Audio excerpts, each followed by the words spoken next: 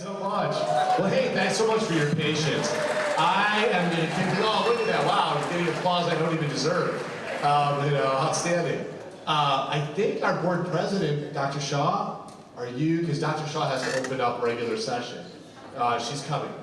Very quickly, so many of you, a number of you are familiar faces. You've been at all these different sort of award things and concerts and things like that. Off the record, people, Skills USA, an idea, amazing, incredible things. And just, before Dr. Shaw opens up the formal board meeting, I guess I just want to say as superintendent, one of the most important things you do is every Board of Education meeting reads into a historic record whatever took place in the board meeting. And I think it's awfully important that we take a time out, and when our retirees, these are amazing people, Dr. Greener will do that, recognize them, these incredible students, when individuals, when human beings in our institution do incredible things, we should put that in history. And all of us, we should bear witness to it. Because once it's in our mind, it lives there forever, as long as we have good memory, right? It becomes more real and it becomes more important and substantial. So thank you for letting us do that with you. Dr. Shaw, go right ahead. Welcome everyone. Do I have a motion to reconvene the regular meeting? Motion by Ms. Lopez-Caneva. I'll second it. Seconded by Ms. Hayes. Roll call. Yes. Hayes? Yes. O'Halloran? Yes. Yerka? Yes. Shaw? Yes. Okay, regular session reconvened at, my watch died, 7:19. Can we please stand for the pledge?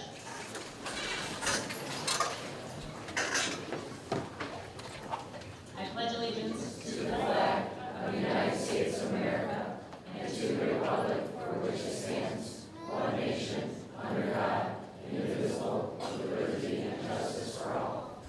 Okay, first I would be turning over to Dr. Greener, Dr. Retirement. Thank you, Dr. Shaw. So in less than 2 weeks, we are going to recognize our seniors, the class of 2026, with a fantastic graduation ceremony.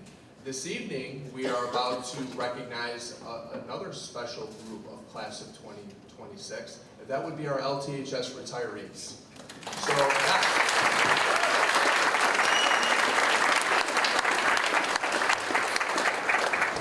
this evening, we have 6 LTHS staff members who were able to make it to our board meeting. I'm going to call each of them up. I have a little something to read for each of them. And on behalf of the district, we have a nice little gift for them. Dr. McBride and Dr. Shaw will help with the gift. Our first retiree, over 29 years in education, 28 of those years at LTHS, office professional in the attendance office, Miss Kathy Beller.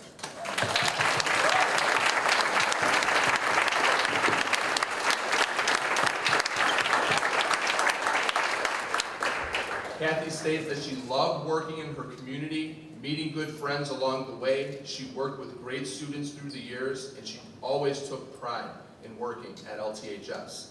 She plans to enjoy time with her grandkids and family, and a little bit of travel.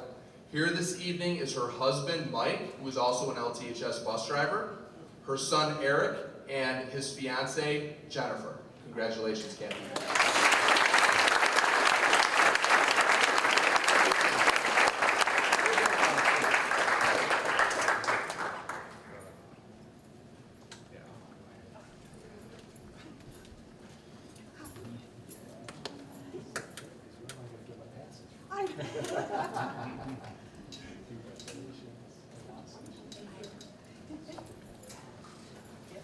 Next, over 25 years at Lockport Township High School as a bus driver, Miss Valerie Kikinder.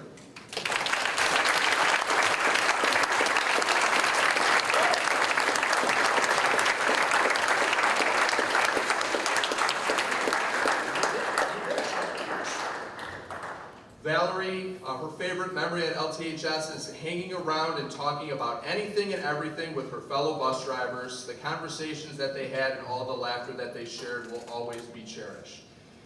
She is actually still working, but not as a bus driver. Her plan is to return in August and to actually be a sub driver for us. So thank you, because we can use those. Here this evening with Valerie is her son, Michael Callis. And once again, congratulations, Valerie.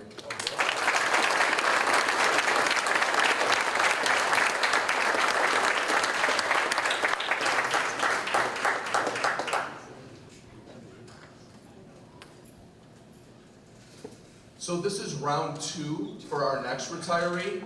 And what do I mean by that? This is the second time she's retiring from Lockport Township High School. Let me explain a little bit more.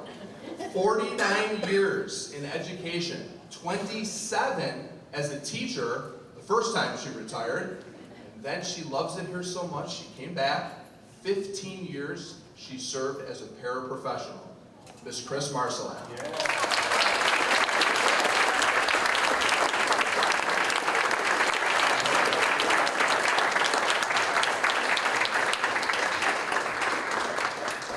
So as she is affectionately known as Mars, she was a department chair, an associate chair, an assistant athletic director, as I mentioned earlier, a teacher, and then the last 15 years as a paraprofessional. She coached basketball, track, swimming, and cross country. She can't pick a favorite memory at LTHS. There's quite a few of them over these years, but she says that she has been so lucky to be able to do all the things that she loved and the people who she has met over the years. Plans after retirement: travel, garden, work, and not have to stress about anything here at LTHS. Congratulations for a second time, Mars. Thank you.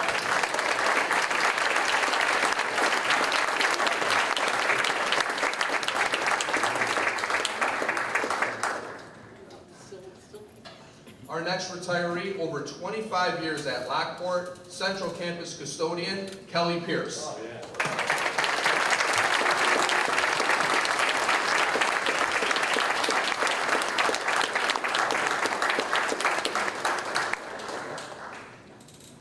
Kelly stated that her favorite memory at Lockport was the Christmas parties in the summers when we cleaned the classrooms and seeing all of those great changes to the buildings, including meeting new staff.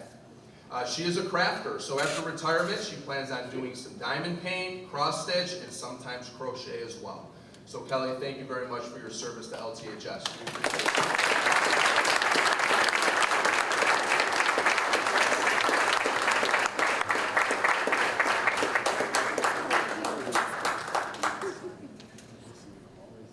38 years in education, 36 of them at LTHS, teacher in health, physical education, driver's education, as well as head cross-country and track and field coach. That would be Mr. Tom Razzo.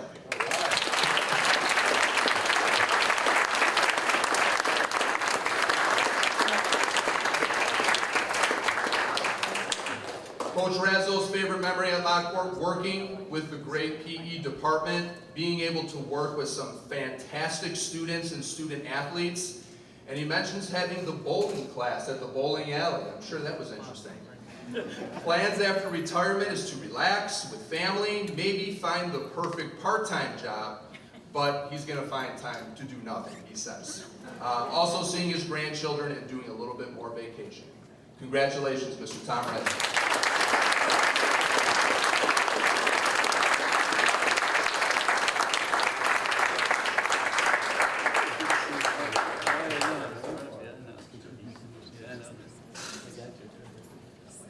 Lastly, this evening, 24 years in education, 19 at Lockport, paraprofessional, Miss Gary Yunker.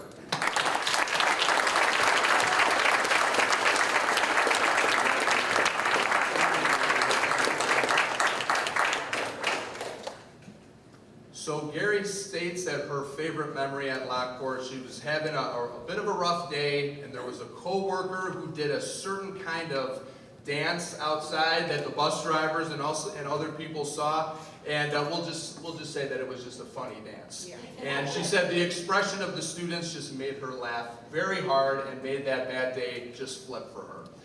Her plans after retirement: anything that she wants to do at any time.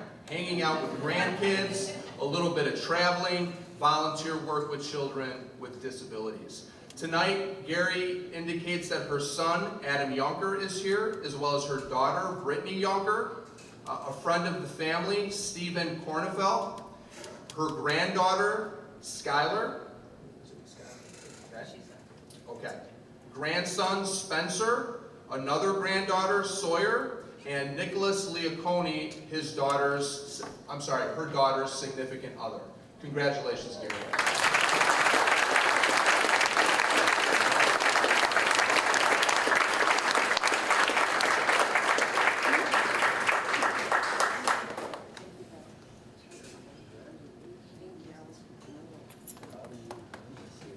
I would like to also acknowledge our other retirees who could not make it this evening.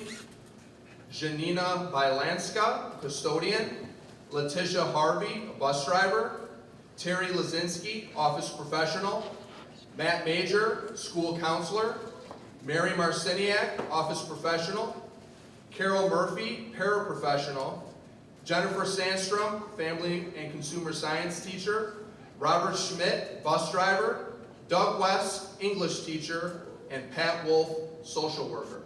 On the second to last day of school on Wednesday, May 27th, we will have one final staff celebration where we will recognize all of our retirees, and we have a couple of more gifts for them that particular day. How about one last round of applause for our retirees?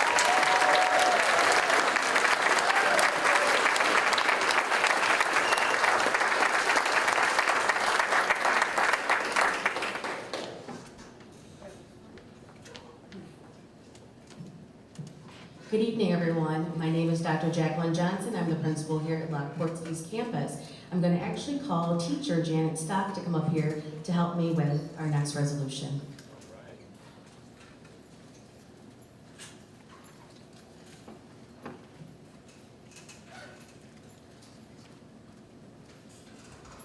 Can the following students come forward? Anya Klauser, bronze medal, level 4 exam, top 30% nationally in the National German exam. Caleb Landig, gold medal, level 3 exam, top 10% nationally. Silver medal, level 3 exam, Kylie Nichols, top 20% nationally. Andrew Selly and Caitlin Bailey, silver medal, level 2 exam, top 20% nationally. Dex Vaught and Summer Fiel, bronze medal, level 2 exam, top 30% nationally.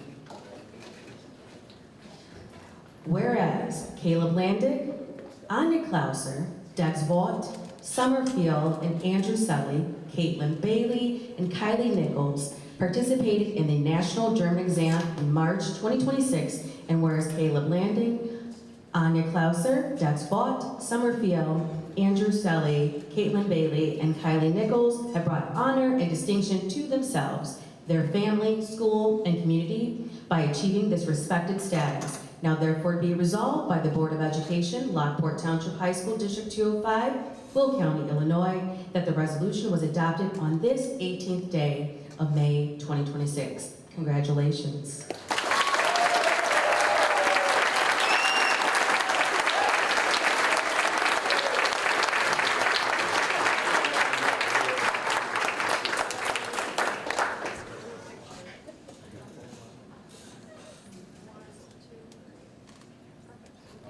Thanks, you guys.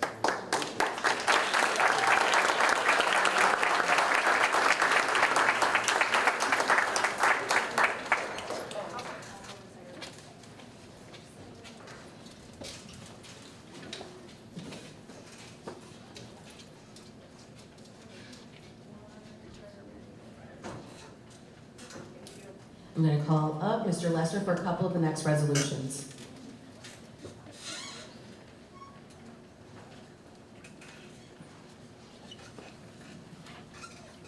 Thank you and good evening, everyone. Resolution recognizing the IHSLA powerlifting team. The boys powerlifting state champions, Ronald Aldis, Brett Alfaro, Easton Violet, John Stutter, Gavin Burian, Christian Carapis, Evan Wilsick, Ethan Schneider. Girls individual state runners-up, Carolina Pawlowski, Maeve Hyam. Boys individual state champions, Brett Alfaro, Owen Wilsick, Ethan Schneider. Boys individual state runners-up, Ronald Aldis, John Studer. Whereas the Illinois High School Powerlifting Association hosted their state competition on Saturday, May 9th at McHenry High School in McHenry, Illinois.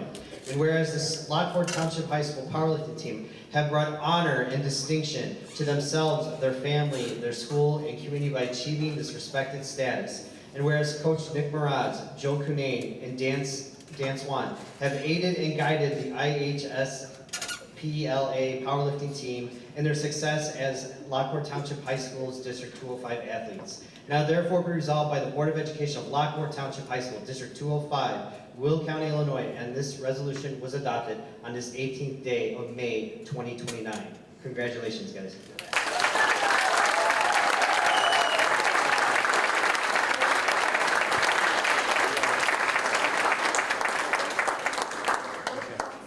I see you, Adam.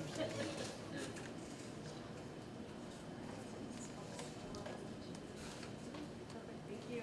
All right, congrats, you guys. Nice to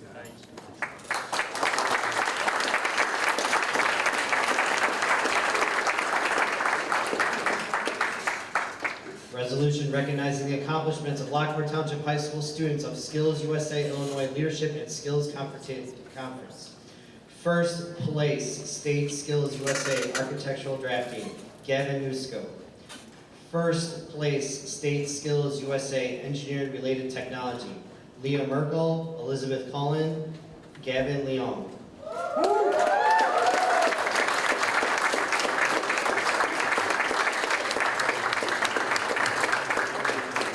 First place, State Skills USA in Mobile Robotics Technology, Evelyn Shedlarchek, Anthony Ochoa.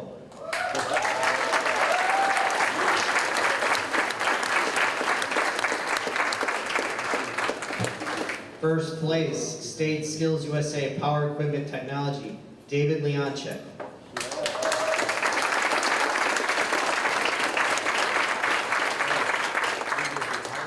Second place, State Skills USA 3D Visualization and Animation, Adam Kunzes, Shane Peak.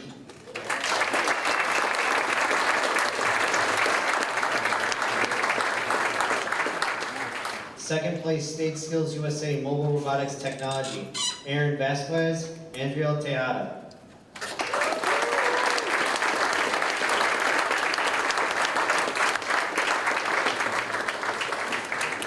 And finishing her state officer term 2025-2026, Juliana Reyes.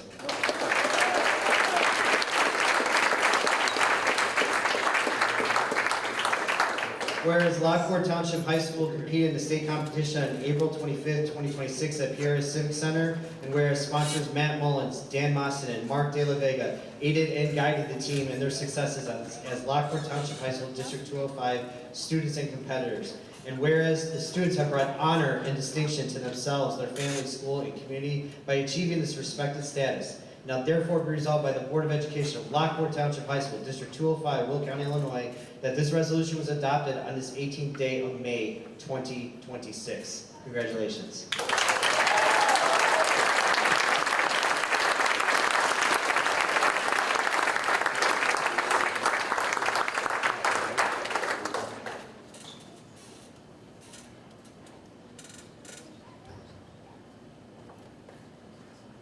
It's a powerhouse group right there.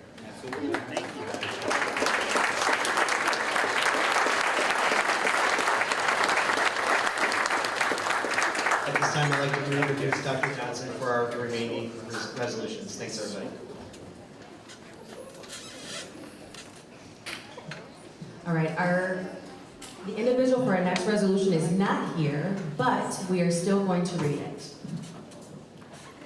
Whereas Corey Duzan has earned the prestigious title of finalist for the GCamp 2026 Outstanding Manufacturing Educator of the Year Award, announced in January 2026. Whereas Corey Duzan embodies on a daily basis and understanding that his success and accomplishments are part of a broader team effort in living out the slogans, best self, best work, and together we succeed. Now therefore be it resolved on this 18th day of May 2026 by the Board of Education of Lockport Township High School District 205 that Corey Duzan is hereby recognized for earning the prestigious title of the finalist for the G-Camp 2026 Outstanding Manufacturing Educator of the Year Award. Congratulations to Mr. Duzan.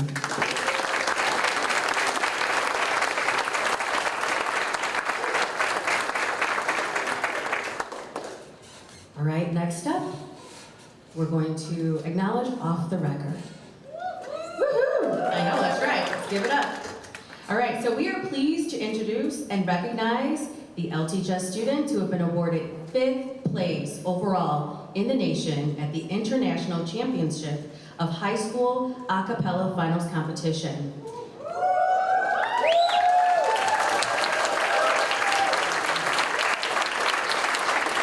This year, Off the Record was selected as the International Championship of High School A Cappella Great Lakes Champions and 5th place overall in the nation at the ICHSA Finals Competition.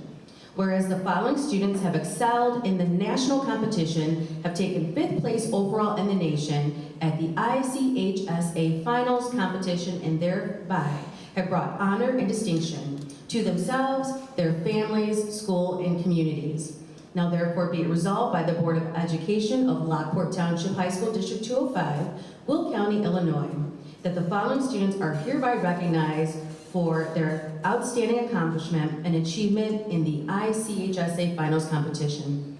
Come on forward. Jonas Barter, Brody Bartles, Gabriella DeLara, Evan DeGilio, Zachary DeGilio, Brooklyn Drab, Benjamin Forbes, Gianna Garzolini, Duncan Kenny Benson, Gavin Klaus, Linnea McGrath, Soren Moan, Adeline Normand, Zachariah Pitchford, Andrew Selly, Jack Selly, Cadence Smerinsky, Olivia Sweeney, Brady Wirtz, and Catherine Whitman. That this resolution was passed by the Board of Education of Lockport Township High School District 205, Will County, Illinois, this 18th day of May 2026. Congratulations off the record.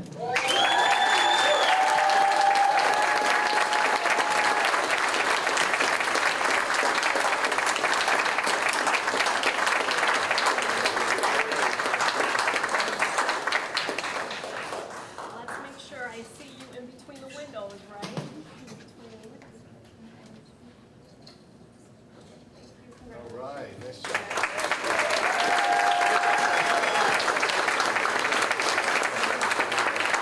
All right, we have one more resolution.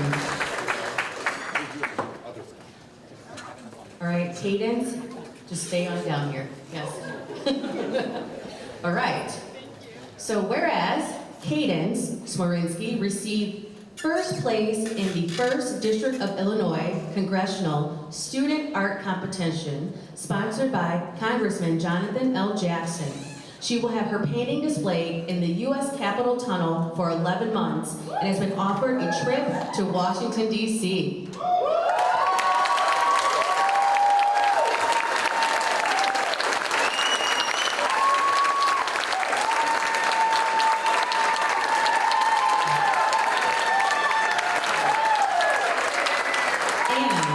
Whereas Cadence Marinsky has also participated in the Bob Ross America's Most Artistic Kid Contest, a national contest honoring the legacy of painter Bob Ross, and was selected as the critics' pick, and her work will be displayed in a gallery. And whereas Cadence Marinsky's painting will be displayed and recognized as the first place art scholarship winner at the Will County ROE, and whereas teachers Stephanie Bekovich, Christopher Norton, Andrea Baumhart, and Molly Cook has aided and guided.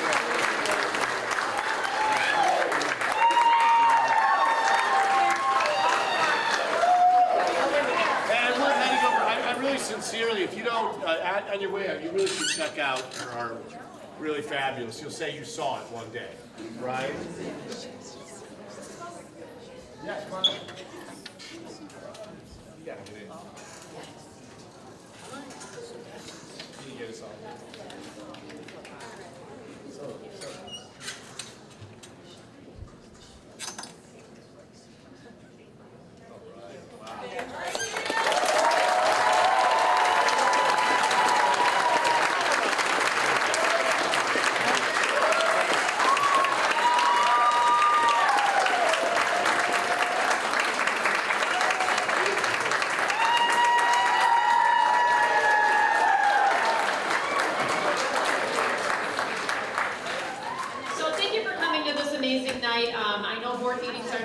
for everyone, but, I mean, we have our retirees here who, you know, the students couldn't do what they do without the people that are sitting up here.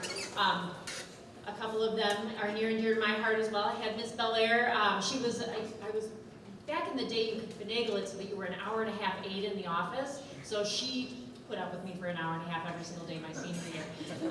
And then, I mean, Miss Gary, I mean, one of the first conversations I ever had with somebody about getting on the Board of Education, there was an opening, and I was like, hey, what do you think about this? And here I am 8 years later. So, a profound influence on me as well, and she may not have even remembered that conversation. But, I mean, our kids, we have German speakers here, we have artists, we have kids doing things in Skills USA I couldn't even imagine doing in my own life. We have athletes, I mean, just the well-roundedness of what is provided here by Lockport, I'm very proud to be a part of. So can we give everybody another round of applause?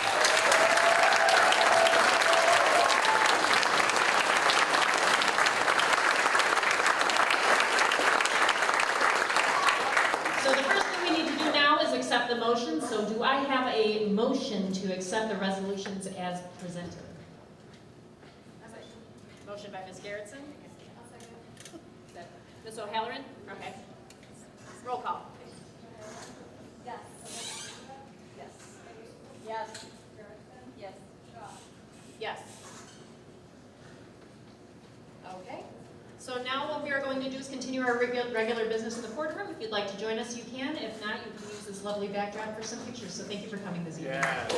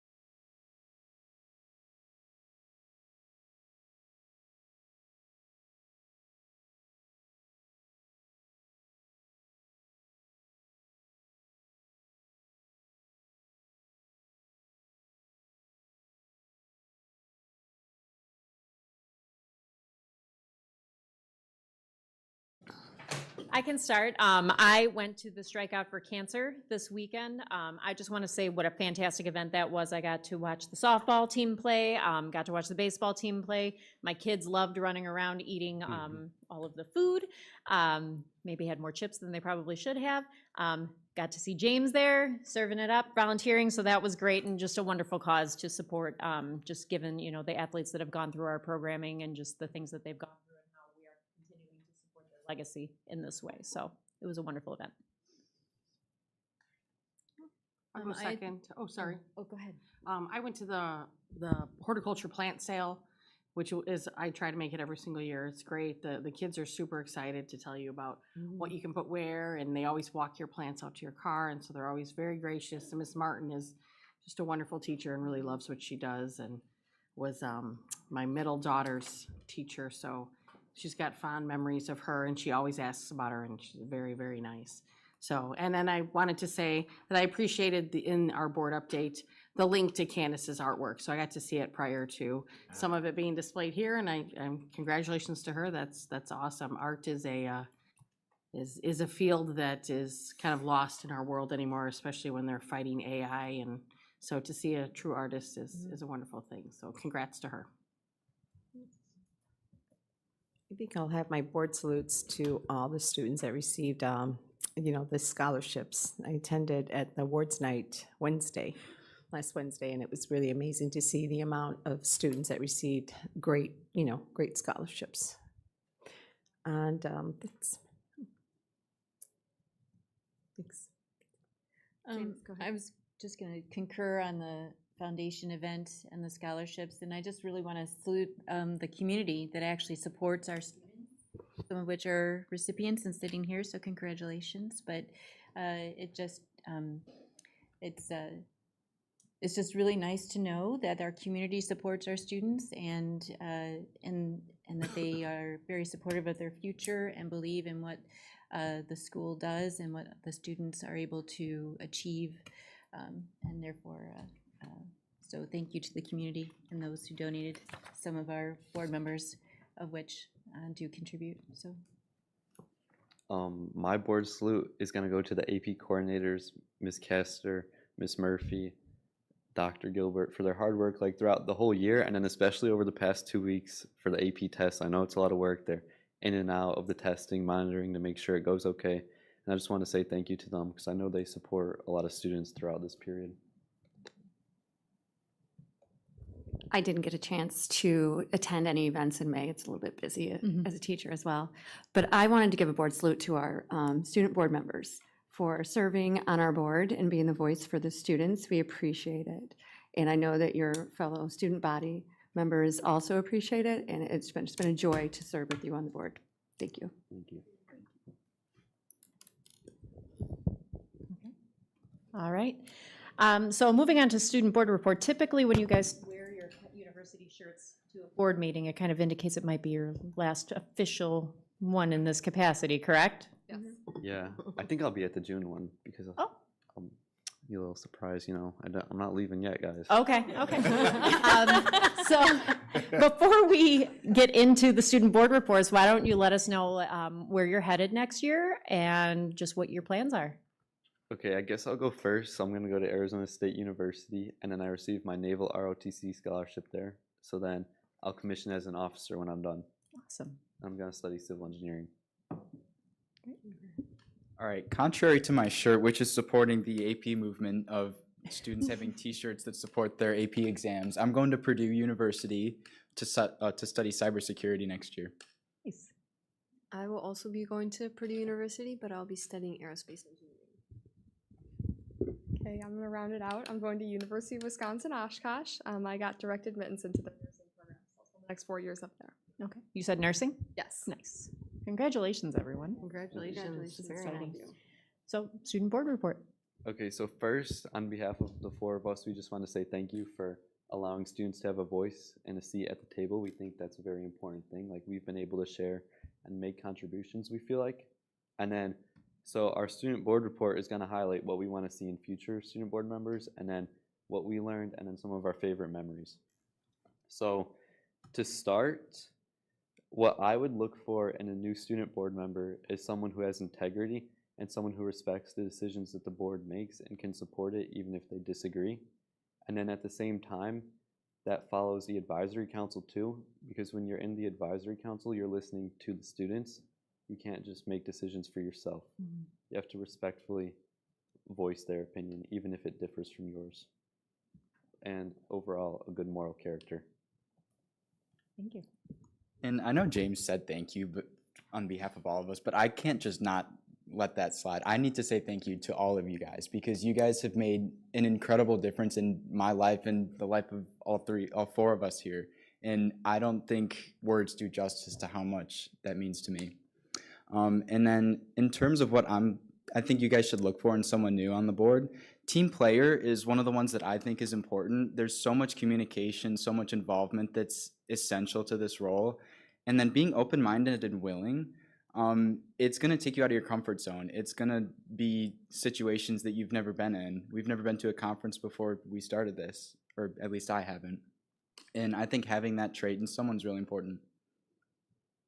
Yes, I would say that something I would look for is someone who is well spoken, good at communication, and well articulate. Because when you think about it, we're doing a lot of speaking and go to a lot of conferences, speak there, and we need to really be able to relay information as well as we can and in a professional manner. Because at this level, we're not acting as just students; we're acting as professionals, and we need to articulate what we're trying to say as such. Okay, not to sound like a broken record, but I just want to thank you guys all, especially not only you guys sitting at the table, but everyone over here.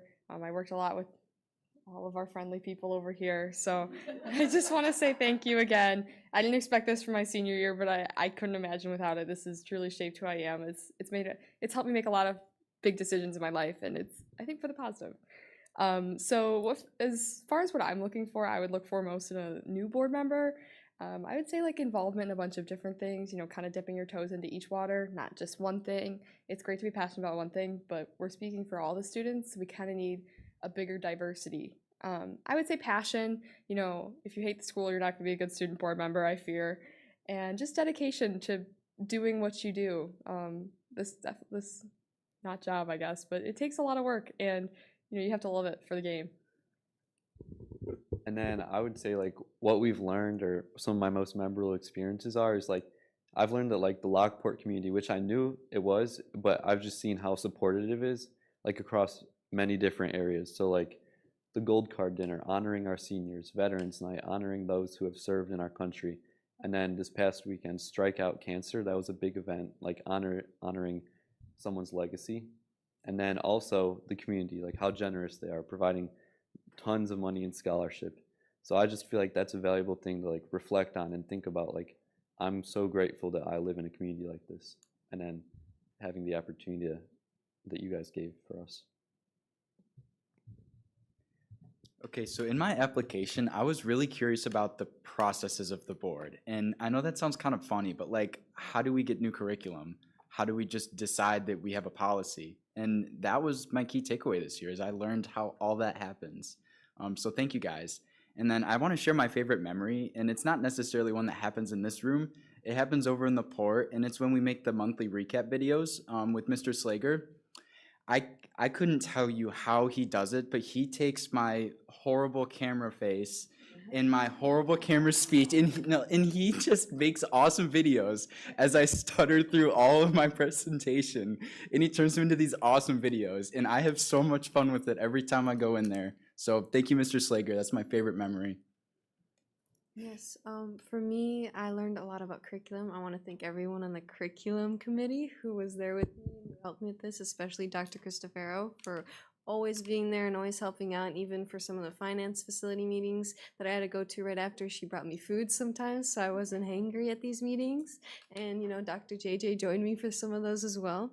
And during those meetings, I learned so much about the process of how our education is built and sustained. And during those meetings, I found out so much about how we set up all our math departments, our science departments, how everything works, how we decide what kind of textbooks we want to use. And learning all about that really opened my eyes into how much goes into the school and how much you all care about our students and how much you want them to succeed. And I think one of my favorite memories kind of ties into that, which is our conferences.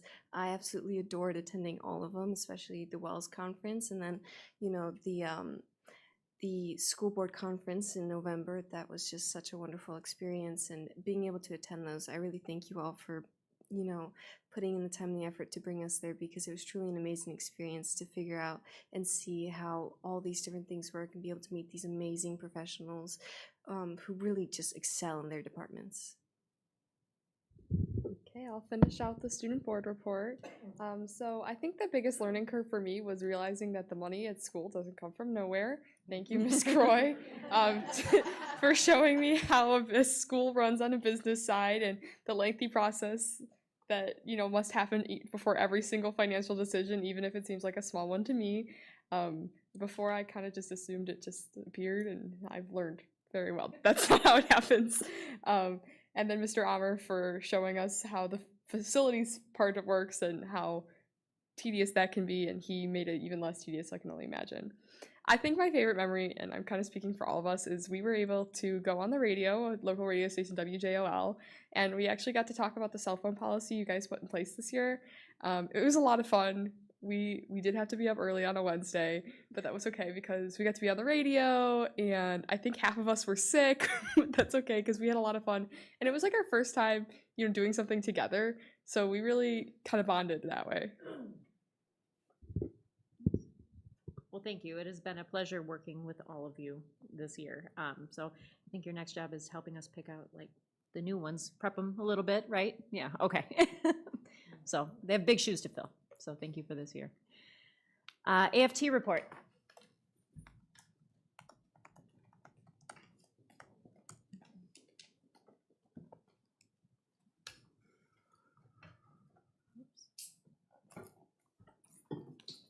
I'll make it quick. The first announcement, I just want to remind everyone that we have changed our location for the union party this Wednesday. It'll be from 3:15 to 6 at Coombs, so more of a little meet and greet. So if you can stop for a few minutes, feel free. I guess to sum up the year, it's a great day to be a porter, and I think today showed that. And so I hope everyone, I wish you guys the best of luck. I actually might see you at some Oshkosh games next year. It will kill me to be in gold and black, but one of a good friend's son is going to be a quarterback there, so I'll turn in my purple for that. But so I wish everyone a great summer, and thank you. IASB report. So just a quick note that's on my agenda, make sure you fill out your III information. I know it's May and it's in November. And turn it into Kathy tonight. Registration opens on June 1st, so she wants to get that done as soon as possible.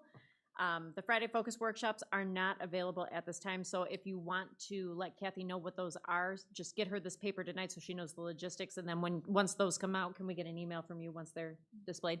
And then email her what the Friday Focus workshops you want to attend would be.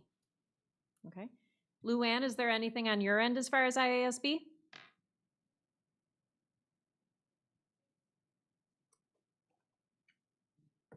Dr. McBride, anything from? No, just what you said. You know, that day is a fast and furious day on June 1st. So it's like trying to get Beyonce tickets or Taylor Swift tickets, trying to get in. You know, some of the key things are knowing how many nights you might stay down there. If you want to do a Friday Focus, then we scrap our way into it. So. Yeah, and I think just the other thing, before our June meeting, I will be attending the IASB President's Workshop. So that's on the 13th. Yeah, June 13th, right. Okay. Foundation report. I know you gave us gifts. Yeah, we were going to, you know, for some of our reports tonight, because you have a very lengthy and we have some very long reports, just, you know, on some of them, if you've got questions, Mrs. Adolph is here, you know, star performer last Wednesday, really amazing event. Incredible. You know, that's a year's worth of work between her, Kathy Fields, Grace Gonzalez, and Angela. Really outstanding to, you know, drop all of that, you know, treasure onto our students. Any questions for Angela? Okay. Legislative report? Really, legislative report, there is so much going on in Springfield. I would say right now, this bill I've talked to you a variety of different times. So rather than bring forth all the different things that are going on, this bill has been sort of center stage right now, and this is Senate Bill 2914 that refers to notice to remedies. It's in the House now, so we'll see where it goes. And there's just some of the concerns I think that administrative organizations have had with it, and Illinois Association of School Boards just haven't gotten some of the language into it that we think would be protective for everyone. So it does seem like it's steaming forward. We'll see if it gets passage. So on behalf of Illinois High School District Organization, the person, if you're reaching out to anyone, Representative Dagmara Avalar would be probably the person. If you would like her number, I can provide it to you. I've spoken with her, Senator Capel. I've reached out to Patrick Sheehan and to Nicola Ha. So. So public comment, there is none. Communications, there are none. We have 5 Freedom of Information requests, so that is available for board members to take a look at. Any questions on those? No. All right. Okay, next we have our approval of open session minutes from April 27th. Do I have a motion to approve the minutes from the April 27th board meeting? I'll make that motion. Motion by Ms. O'Halloran.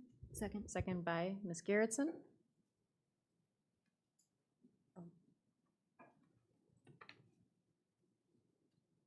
Is this for Mrs.? Oh, yeah. Okay. Something she asked me. Ms. O'Halloran and second by Ms. Garrettson. Roll call. Garrettson? Yes. Lopez-Caniva? Yes. O'Halloran? Yes. Perry? Yes. Johnson? Yes.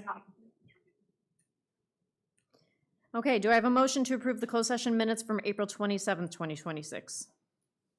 I'll make the motion. I can second that. Motion by Ms. Hayes, second by Ms. Lopez Caneva. Roll call. O'Halloran? Abstain. Perry? Yes. Garrettson? Yes. Johnson?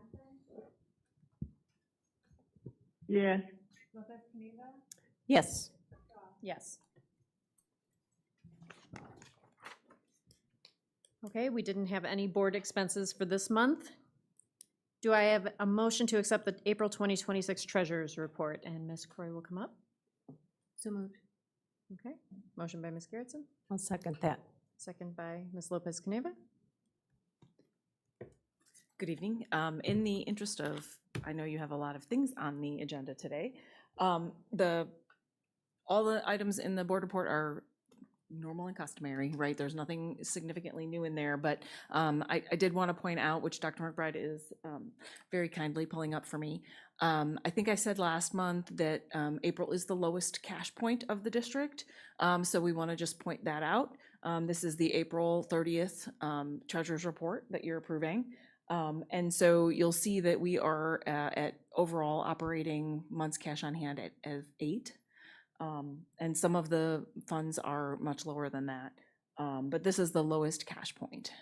We should be in May starting to collect the first payments of the 2025 tax levy that the board approved in December. So I don't know if there are any questions about how cash balances.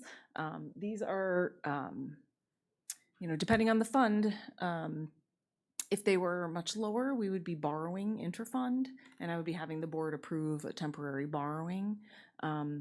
But at this point, we don't have to. We'd like to keep them this way, which is kind of, I think, the point of the 6 months. I think that's why ISB has that as a recommended goal, right?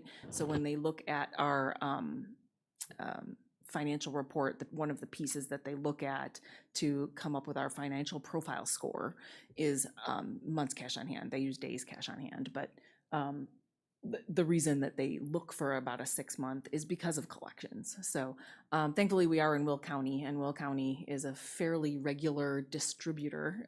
The Will County Treasurer distributes on a much more timely schedule. That schedule's already out. We'll know exactly when we'll be getting our payments.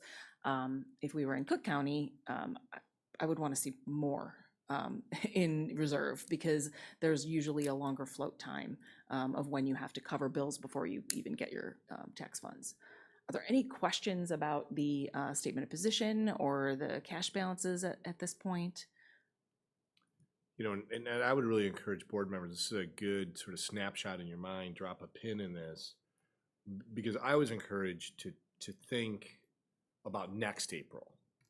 You know, that you want to land, you know, this is April's statement of position. This is your low point, so it can be a bit fragile, as Mrs. Croy indicated. And you can see this is ultimately, you know, how fund balances are being spent down. This is sort of what gives you the most evidence of this. On a personal level, we'll have a lot of people Friday who will feel incredibly rich around here because it's a payday. And I'm pretty sure by next Tuesday or Wednesday, when we pay our bills, we won't feel quite so flush. You know, and this is really your sort of pay cycle. You know, you want to come into April of 2027 in about the same statement of position and make sure you're there because of the transfers that Stephanie mentioned, and then also, you know, avoiding if any fund gets so low that you actually would have to take a working cash bond to cover it. But it sort of illustrates the nature of how fund balances go up and then they come on down over the course of an entire calendar year. Really, May to May is the best way of looking at it, or April to May, I guess I should say. So it's just a good thing to note. So then what will happen is over the next 2 months, we'll collect the spring collections, and then June 30th is the fiscal year end. So the fiscal year end will look like we have a lot of cash, and that's because it's intended to pay until the next time we get money. And then there's actually only 3 months in between, right? The two paydays, so to speak, right? And that because it's May and it's September, those are the 2 times of year that bills are due, right? Tax bills are due, and so that's when we get the infiltration or the big collections of cash, and then we have to, all the months that we're not collecting, use that to pay the bills, right? Because the district is primarily funded by property taxes. So it's like we have 2 significant pay dates, and then we have to manage that from there. So as soon as I get the tax funds in, I work with PMA, our financial advisors, to invest out so that we can earn money on the short terms that we have. It's all short-term investments because it's scheduled out by payroll and by board check date, right? So every 2 weeks, we need to have investments mature that cover the payroll, and every month we have to have investments mature that cover the board bills that you'll be approving tonight. Okay. And so this is our lowest point, right? Ideally, this is our lowest point. And Ideally, yep. fund balances, I think it says here, we have 8 months. 8 months cash on hand. Okay. Right, which the board wanted to move towards a more 6 to 9, so we're right in the middle of that. Yep. Trying to stay within the goal. Question. Okay, perfect. Okay. Any additional questions on the treasurer's report? Okay, I have a motion and a second. Roll call. Erickson, Yes. Johnson, Carrier, Yes. Hayes, Yes. Lopez Caniva, Yes. O'Halloran, Yes. Yes. Okay, up next for the board president's report, we received a total of 6 proposals for the superintendent search firm. So I just wanted to kind of have a discussion about the different firms and what people felt about them. I thank you for everyone that filled out the rubric that we had sent out. It was very, there were a few that rose to the top, and I think that I think that we were all in a really good consensus as far as how that went. So we had IASB, BWP, Educational Leadership Solutions, Pesanowski Consulting, HYA, Hazard Young and Atia, is that correct? Yeah. Is it there we go. acronym? Okay, and then School Exec Connect. So the floor is open for anyone that wants to weigh in on the different proposals that we received. I'm just going to talk in generalities. I felt like all the proposals were very well prepared, very thorough. I liked how some of them included different add-ons that you could include. They included multi-language surveys. I felt like that was very important for our district. So I think that's something that we should really look at if we need to add that on somewhere. I did like, believe, I'm going to get it wrong now, HYA, where they had like a portal that all of us could see all the communication and the process and where they are in the process of the search. I felt like that was a great communication tool that they offered. And I look forward to really getting them in here for the, are we doing the top 3? Well, and that was going to be, for after we kind of talk discussion? about it, I wanted to know how many we wanted to bring and back. so I'm looking forward to bringing in some and really asking some detailed questions and getting a feel for the consultants that we'll be working with and getting to work on it. I would agree the same. I mean, I thought that everyone's proposal was slightly different. I did like the fact that a lot of the proposals had districts nearby.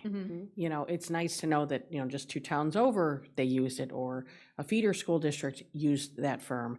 And so same, in generalities, I thought that they were well prepared, and I agree, you know, it's, a proposal on paper is one thing. Getting to meet someone and deciding, okay, I don't know if I like this person's vibe, or they're understanding where we're coming from without, you know, 10,000 words. That would be nice to see who's rising to the top. I concur with what Michaeline and Tammy have already said. Some of them I thought were a little tighter on their responses than others, but I really appreciated some of the thoroughness that they displayed and the staff that they would bring forward, and then also just their search process and their and then their process of how they worked with the community and ourselves. You know, for some of us, half of us, we haven't been involved in that sort of thing yet. So I think there's some good things that they'll be able to teach us on how we need to take into consideration, you know, when we're looking at the final candidates. So I enjoyed the process. I liked learning about it, and I think we've got some good choices to make. Let's see. First of all, thank you, Dr. Shaw, for that comparative analysis that you did. But yes, I felt that, you know, all 5 of them were really good. I mean, they really got in depth and stuff and what they could do for us.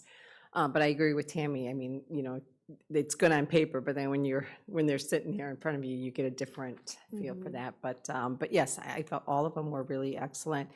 I mean, I know that we've gone through it, you know, in that process, but I think when we were, you know, at that last search we did, we only had the Illinois Association of School Boards and the BWP. Those were the only 2. So we really had to choose from those 2, and we felt like BWP just came across very, you know, very way at the top. Again, like I said, now we have 5 of them, and they're all really good. So yes, and we're probably choosing the next 3. I don't know how, but yeah, we'll talk about it. Okay. Luann, do you have anything you want to add about the search firm proposals?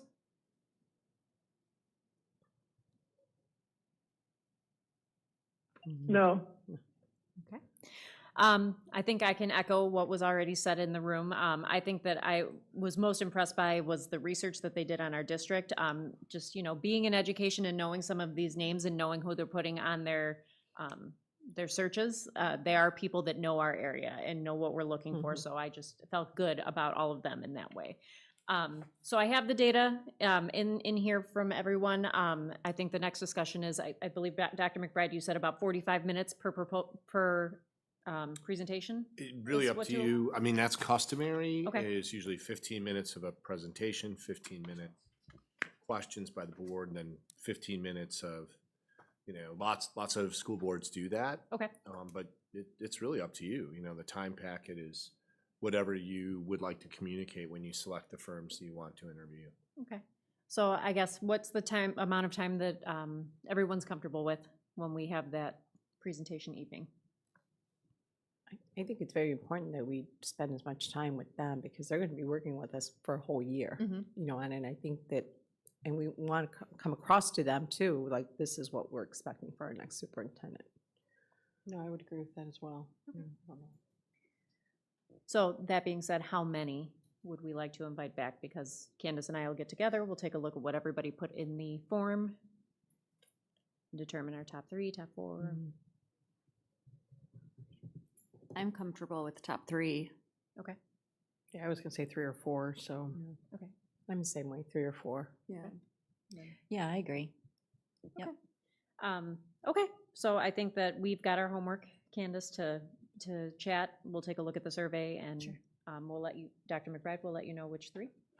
Right, customarily in this, Calling them. you How know, does the this work? superintendent calls the people that didn't get the job on your behalf. Okay. Did get the interview, not that, as you wish. I So, appreciate your volunteering to Yes, you know. do that. Okay. All right, superintendent's report. All right, I have a few things, but you know, our Rockstar PR department is going to present, and then we're also going to present AI guidelines. So we'll take the annual public relations, that's the mighty squad of Jeanette Castillo, Grace Gonzalez, and Eric Slager, who's hopefully going to be able to come from behind the camera. As he does that, just a few things. Graduation, be sure if you are at graduation, do not leave without your very fluorescent parking. Occasionally as you come in, the community service people from the Lockport Police, they're very strident. And they won't recognize you, they won't recognize me by face. So if you have that, they'll know that you're gonna get a parking spot. Great things going on, you know, as Mrs. Kishline said, great to be a porter. All those students in all those tech fields, German, performing arts, art. Today was also triathlon, which is one of my favorite days. I competed twice in triathlon. It was outstanding. And you got to hand it to PE. They were here at 6 a.m. They were here all day yesterday, and they had to deal with some real weather. And they did this miraculous maneuver that would have made any superintendent proud of moving the triathlon inside for 2 class periods, moving it back outside. For a very short period of time, this board had a velodrome in the field house. It was interesting to see students riding their bikes. And then also today after school is the badminton, the faculty student badminton tournament, which I usually play in as well, but just I couldn't put all that together. So, because I competed in the triathlon in the afternoon. It was great. It was like field day for kids, and you just love that. And as Mrs. Kishline said, all of these things that are happening just, you know, happen. What a nice moment to see Cadence hugging her teacher. I think that's emblematic of what a lot of our students experience, you know, with these staff members that really raise them up, and they're in that grace field right now where you're really appreciating it. So pretty neat. So our annual public relations report, you have the report. I'm gonna turn it over to Mrs. Castillo. Yeah, good evening, buenas noches. So this is our second time presenting our PR annual report to this board. So as Dr. McBride said, this you should have received a preview. It was attached in the board docs. So what we're gonna do just for time purposes, I will be remiss if I don't give the time to give a little shout out to Eric, if you can say who you are, and Grace as well. Yeah, hey, I'm Eric Slager. I'm the videographer and web manager here at the district. Grace Gonzalez, I am. Oh, hold on. Sorry, new to this. Grace Gonzalez, PR secretary and also foundation secretary. Awesome. So as you know, we'll go on to page 2. Just we'll be, you know, diving right into the report. Small PR team, but we are small but mighty, right? And I wanted to start off here to reintroduce you to your PR team, and on to page 3, where you can see the outbound communication protocols. So page 2 and 3, you'll be able to see that. And, you know, representing 2 school buildings, small PR team, And really, this was included in last year's report. 95% of our PR work is done in-house, and about 5% is outsourced. And 5% of that you see, which is printed, right? We outsource with printing companies, so majority, 95% of the work is really all branded in-house, done by the amazing work of Eric Slager and also Grace Gonzalez. So we have the power to be of having the resources, the programs, even in this room right here, the live stream. This is primarily very unique. 2 cameras, live stream, and we're not talking just one shot. It's 2 different angles of the live stream where Eric does amazing work behind the scenes. You heard it from our student board members as well. You don't see it within the live stream, but you see the switchboard behind you, and that really is the mixer where that is all in-house. So we are grateful and blessed to have those resources to continue to allocate the transparency purposes of PR, school PR in Lockport Township High School District 205. So before we move on, if maybe we can pause if you have some questions here. And if not, we'll move on to page 18. Any questions so far? What page number did you say? 18. 18.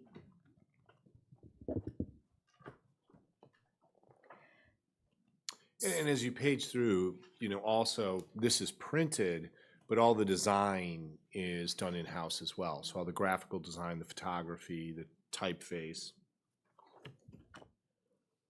With that being said, I do want to give some airtime, right, to 2 of my colleagues here. So as you see and you hear primarily year after year, our social media numbers increase every time. And that is really by the work that we do behind the scenes that you all don't see. And Grace and Eric will be able to share a little bit about that. So I'll start off with Grace, if you can share, what you do as far as the process of designing social media graphics and the customization of that. Okay, will do. Well, as Jeanette introduced, I contribute to our social media posts by creating our materials. So all the posts that you see have an influence of myself in there, and that is used all in-house, but we using our online tool that we use is Canva.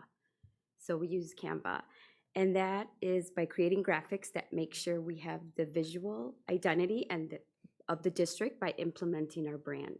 So making sure we use the correct logos, the correct brand colors. I'm sure throughout the years someone has seen a maroon that's not maroon, right? We make sure to use our correct branding, and that gives us that polished professional look that shows our district pride and also our community, that we are professional and attract students and families to our communities.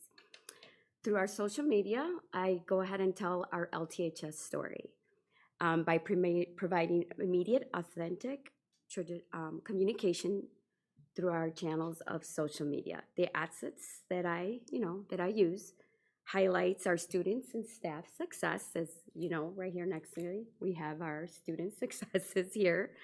AP Scholars recently, as last week, we had senior awards nights. That was also done on the spot, taking pictures. Also, tonight, we also featured Candace, which is amazing. We featured her. And also our upcoming events that are coming up. You're gonna see us post on our final assessments, yay. Deadlines on Fresh Start.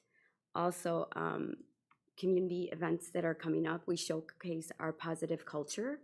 Last Friday, it was really fun. I was able to attend the Petite Porter celebration.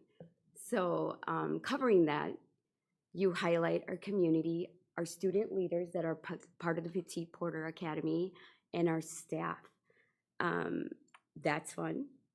That's showcasing positive culture. We also showcase our community events. As recently as in April, we showcased our Will County Share Fest, and that's also showcasing partnerships we have. I am also part of the foundation, So I loved showcasing our LTHS community food drive. So not also being part of it, but also being on site, taking on the moment photographs, because when I do post on our graphics, I want to share our vision, our voice, and our community. So that's also sifting through hundreds of photos sometimes, taking many photos using our in-house equipment that I have. We also use our partner that is LifeTouch, but they just kind of take a million photos, right? And you want to make sure that you're not blinking or squinting or having. So that also takes time and care to do that and have that social media post or graphic that is capturing all of us. Recognition days, that's something big that we do here. We make sure to recognize all our national holidays. We all know those, our Veterans Day, 4th of July, I would call National Mother's Day. We also post on that, but not just that, we also recognize our community within our porterhouse. We do post on national, not even national, school maintenance and custodial days. We just posted on School Nurse Day. We're specific to outreach to our community. And while I'm posting on that, you also want to make sure that you're listening to our community. And within those posts, we do read them, we monitor them, but there was where we caught on that maybe we were not intentionally, but maybe excluding. So within our social media guide, we updated it and we did add Polish American Heritage Month, Arab American Heritage Month. So those are home languages that we have here in the district. So that's a lot that we do. We also listen. So by highlighting accomplishments and celebrating our academic successes, athletic wins, and artistic performances, as you know, we have an amazing band and choral program. It fosters school pride and belonging and strengthens our bond with our students, our community, and our parents and families at home. Do you have any questions? I'm always amazed at what you guys put out there when it comes to remembering all of the different days, and I'm like, I didn't even know that thing existed, but you guys do a wonderful job. And that's also because we come on site into these. We're housed at district, but Eric's actually here in the building. But Jeanette and I will go to these events. You know, you will come into East. We'll tag team it. Like you go to Central, you go to East. Are you outside? Are you at the Porter Stadium? So walking the hallways, you also get to see your students and see who they are, you know, and that's where we're learning what they are and what to post, and always asking permission, right? Because they'll know me, you know, I'm always like, hi, I'm Miss Grace, I'm gonna post you, and I did that with the petite porter. It was cute if you see the post. There was a grandma that was so proud to be there. She came and found me, tapped me on the shoulder, can you take our picture? So that's amazing. It was, I think his name was Theo, the little guy on there, but it's nice to be a face and to showcase our community. I love doing it. And we absolutely serve as the connecting piece, right? The brand experience, as you know, we have worked with District Management Group. So it's really showcasing and leveling, putting, connecting the dots to the branding experience. So behind the scenes of, oh, it's just a photo. It's more than a photo for us. Oh, it's just a comment. Well, we listen, we read, and we'll make a difference. And also, they do see, students and staff see us in the hallway, but not only that, when we're trying to scramble and divide ourselves into so many different parts, especially around this time of the school year, right? Even our staff has shared photos. So we absolutely appreciate the partnership of our staff, because if it wasn't for the, leaning on and sharing photos and just memories and stories, then our story is not told. So we will continue with Eric, if you can share some analytics. Yeah, absolutely. So I'd love to just real quick walk through some of these numbers here. I think they give a good insight as to the decisions that we make on social media. So Instagram and Facebook right at the top there are definitely our two biggest outreach platforms. We've had 1,000+ new followers this year on both of those platforms, as opposed to X or Twitter, which we've only seen about 100 followers growth. And so I think that speaks volumes to where our community is. If you look at the third number on each of these, Instagram and Facebook, you'll see a huge discrepancy there in the number of comments. 280 on Instagram, almost 4,000 on Facebook. And what we've found is that most of our parents and community members are on Facebook, and that lends itself to a lot more conversation, back and forth, asking questions, tagging people for visibility. And Instagram is where a lot more of our students tend to be. And there's a lot less of commenting on Instagram, right? It's just what you're seeing in that moment, throwing down a like, maybe a share, and moving on. And so a really good example of that is in the bottom right-hand corner of this page. We see this was our top Instagram post for the year. And this was a carousel of photos from prom with a video as the lead. It's just a little short 30-second video of students dancing. And that post had 600,000 views on Instagram, which is just unbelievable. And so I think that really speaks volumes to when we highlight our students on social media, that's where we see the most success, right? Highlighting staff and student stories always is going to get us the most response from the community. And so that's kind of where our focus is going forward. Just making sure that we're really giving that spotlight to the things going on here at the school and the people involved. And you can notice that, right, with the analytics, but with the raw video versus the professional, time taken from Eric's work with, this is live in the moment. It's like we're reporting live from prom, and with those numbers, Eric is like, those are outrageous numbers. Just, a video that wasn't edited, it was just right there in the moment, ready to share. So yeah. And as you can see, all of our work that we do, we are wearing our name badges, even the business card that you have. If you need any additionals, please let us know. But that is truly all done in-house except the printing. So we are just grateful and blessed to have these resources and with your support. Any questions? Thank you. And I would really invite you to, page through this, because the diversity of what our PR department does is, from spotlighting a new police chief in John Arizzi and highlighting the connection, to spotlighting our student board members, to the external communications. We're about to launch a dashboard and a new logo on what we're going to be doing with the facilities master plan guidance document. It just really gives you a sense of how a story is told. And I always come down to, with public relations, how essential it is. If advertising doesn't work, then, why does Nike and Under Armour and Dior spend so much, money on it? And even in this day and age of social media, anybody with a camera swings around at any sporting event and they think they're going to be on TV, why do human beings still go bonkers? I think it's because we all want our story to be told. When our story's told and documented, it becomes all the more real. And then in the end, I think for our students and for our parents, this was meaningful. Mm-hmm. So this was meaningful when it's archived and documented. Yeah. So great job, you guys. Thank you. Great job. Thanks so Thank you much. very Yeah, much. very well done.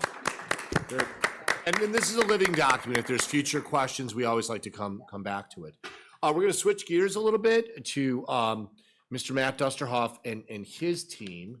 And in your board agenda item, one of the conversations we've had quite a bit with artificial intelligence, it's changing things very, very rapidly. And, we've talked about policy. So just kind of to come back to policy, you actually approved a board artificial intelligence policy last month in your most recent round of approvals for press. And that was 6:235, which required of you by Illinois State School Code to adopt AI guidelines by July 1st, 2026. So we want to meet that adoption date. We'll do a first reading this month, give you some time to consume what they've spent 2 years building, and then next month come back around for a recommended approval. So that gives you lots.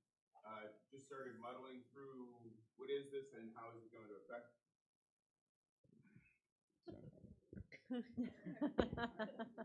Sorry. So it took us, AI research group, and so those staff members worked a long time, and we knew when we started that group that it wouldn't be just 1 year, right? So often school committees or groups like that, and it wasn't a committee, it was a group, research group. Anyhow, they worked with us for 2 good years, and still we've met with them even this year. And then in the last year, we engaged students as we were creating this guideline book. And along with LEAP Innovations, which was our partner who led us with the students through that, in the document here, there was approximately 20 students who participated, and then we named some staff. And so we had a lot of small group interactions, and we were always pulling in teachers for different portions of it, getting their input, and then having them work with students, which was really rewarding to watch, right? Teachers meeting 5 or 6 students they had never worked with before, and just jumping right in and guiding them and leading them. It was really a testament to how amazing our teaching staff is. Other thank yous, our EdTech Users Group, that's a slightly different group, but we incorporated them as well. And then, of course, the rest of the technology department as we have been working through this. So please, as we go through this, stop us at any time, ask questions, interrupt us. That's really how we work best, is back and forth and not waiting till the end. So about the guidebook, right? Dr. McBride referenced it that this is not policy. The policy the school board adopted was 6235, and it's a part of access to electronic networks, which we've had for years and years. But all of the AI stuff is in there, that what we're required to have, as well as what it looks like if it's academic fraud or plagiarism. So all of those things are already in there. And why this guidebook? This guidebook is much easier to revise and update, and we will do that semi-annually for sure. The students that we selected when we did this were juniors and sophomores, knowing that we would have them this year and next year, and that they would be living with this, and we could gather them back up as we move through this and as we learn. And then finally, the human-centered idea that about AI, and that is right. We should be driving the AI. We should be driving AI, and AI is not driving us. And so, just keeping in mind that anything it produces, humans are always checking. Right? You really have to be in control of it, and what we're really focused on, and not losing humans in this whole process. All right, so I'm going to turn it over to Mrs. Fahey to talk. No, sorry, Mrs. Nelligan's going to do the first section on the students' responsibilities as far as the guidelines. Hello. So yeah, we wanted to incorporate an area that talked about student AI responsible use guidelines, just because not all students, one, have had experience with AI or are using it often, but we want them to know how to use it responsibly and appropriately when given the okay to use it in the learning environment that they're in, which Kate will talk about when she goes next. But having responsible use guidelines is just going to help support our students so that they know what to do and follow the expectations that are given in front of them. Okay, I didn't know if it was up there.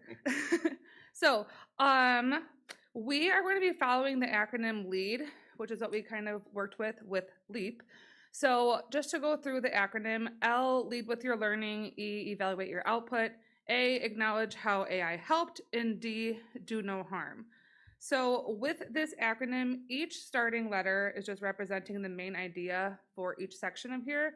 We also included a Y. I don't know. Yes, you can see them up there as well.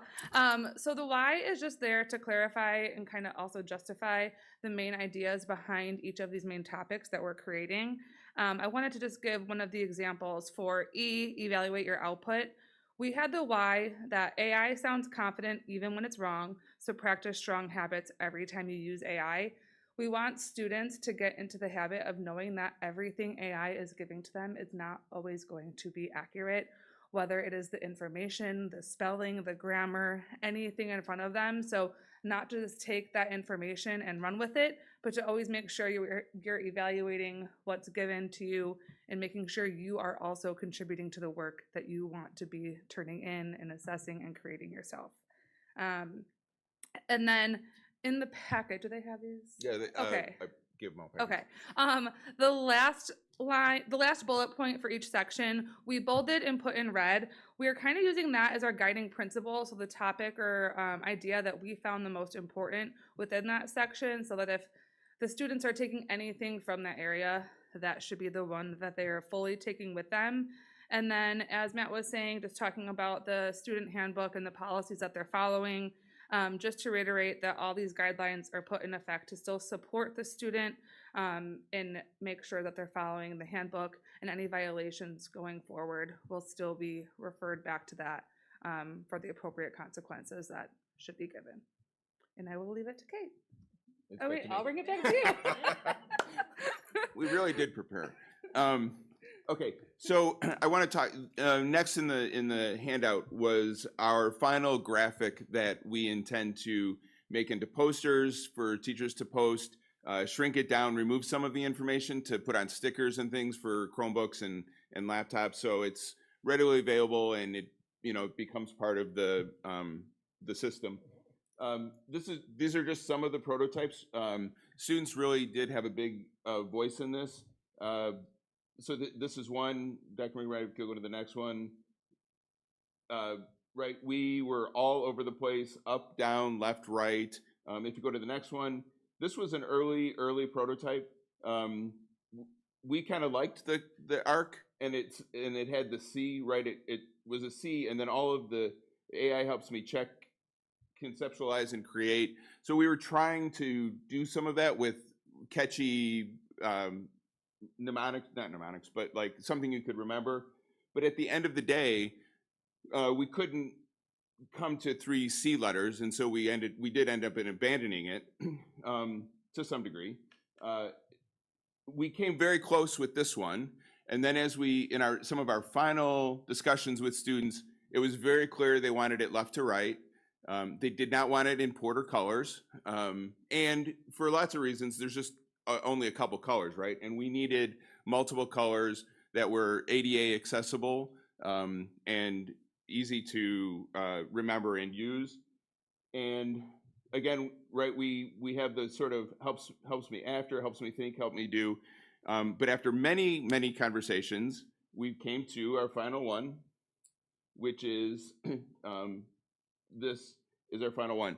And some of the important things about this, again, the colors, easy for people to see and understand, single words that people will begin to memorize, to remember, as well as graphics.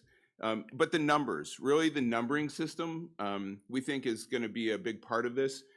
We liked that it didn't start with 1, that it started with 0, so no AI is 0.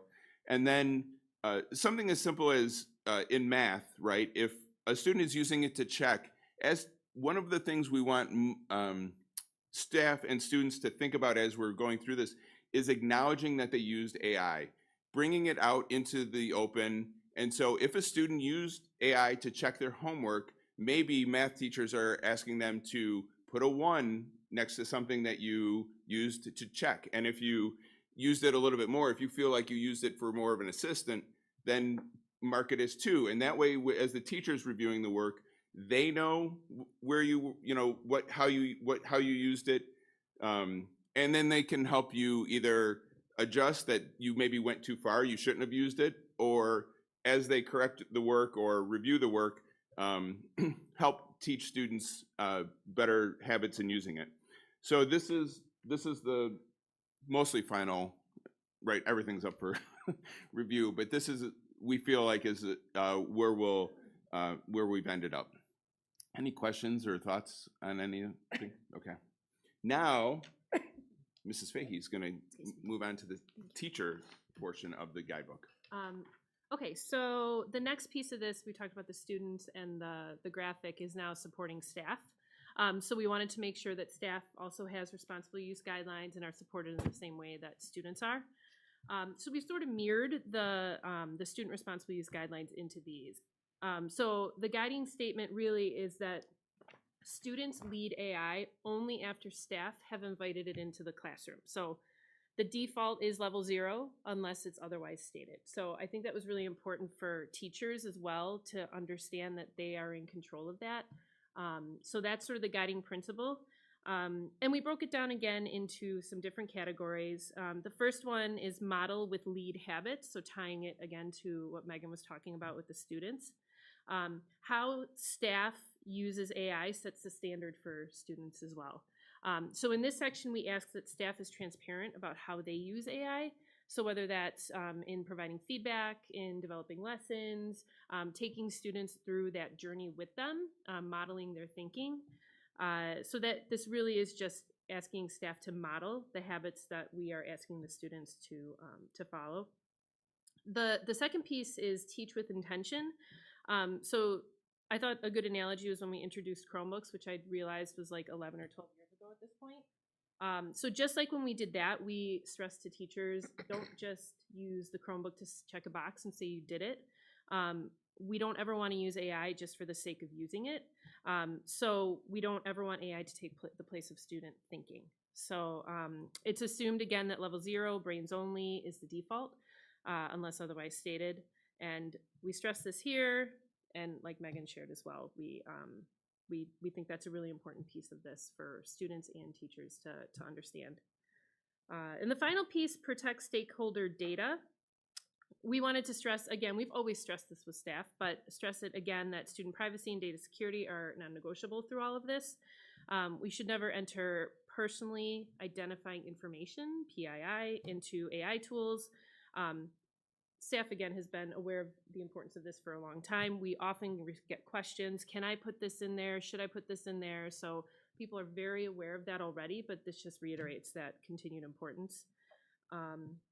And I think that's it. And I think, turn it back over to you. All right. And so in conclusion, on the final page there, we did highlight our the standalone tools that the district have approved and expects staff to use. And so when we talk about things like PII, staff using Gemini, Notebook LM, PlayLab, those are some tools that still should be very, very cautious with that, but you can be a little freer in putting information in there. One, we're not when staff use those tools with their LTHS account, that information is not being used to train future AIs, right? If you just go to ChatGPT and start using it, and if you upload data to it, that data can be used to train future models of the AI. Because we are a school district, Gemini has agreed, the others have too, but with our accounts, they have agreed that they will not use our information, anything put in there to train future models. And then we simply started a list of other tools that we currently use or pay for that have AI components, right? It's almost everywhere. But we wanted to, make it clear that they are in there, and that if staff are using those tools and they're using the AI components, then as a district, we've approved that and are comfortable having them do that. Questions? Thank you for this. What does the rollout to staff look like? We provided this document already to staff in its current form. We had opportunity to meet with people last week, and in the fall, we will certainly roll it out even more. Dr. McBride and I are trying to sort of work through that.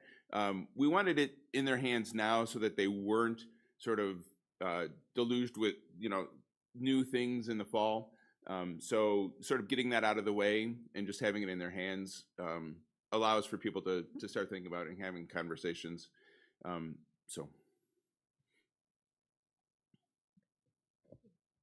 In terms of working with the students and the staff, how did you find that experience? You mentioned that there was a lot of discussion on the graphic. So did you find that there was a lot of discussion on what went behind all those graphics as well? Yeah, without the assistance of LEAP, I'm not sure we would have gotten through that. It was really managing a group of students, 20 some students, and then staff through different variations of that was incredibly difficult, honestly. We tried to have one meeting without LEAP, and it didn't go well. It didn't go as it didn't go as well. They, I think it was a lot about having that third party voice or not voice, right? Much more guiding it. And so when you took us out of the situation, students believed, and while it was true, we didn't come with any predetermined ideas of what it was going to look like. And so, and when the graphic, for example, we started in our minds with a very stoplight idea. Like, if you would have asked us in January or even earlier, what is your graphic going to look like? Probably a stoplight with red at the top and green at the bottom, and maybe a fourth color like orange and yellow in there. And right, so it morphed away from that probably pretty quickly, honestly. Yeah, the students hated it. Like the second they saw it, they're like, No, yeah. Your mics.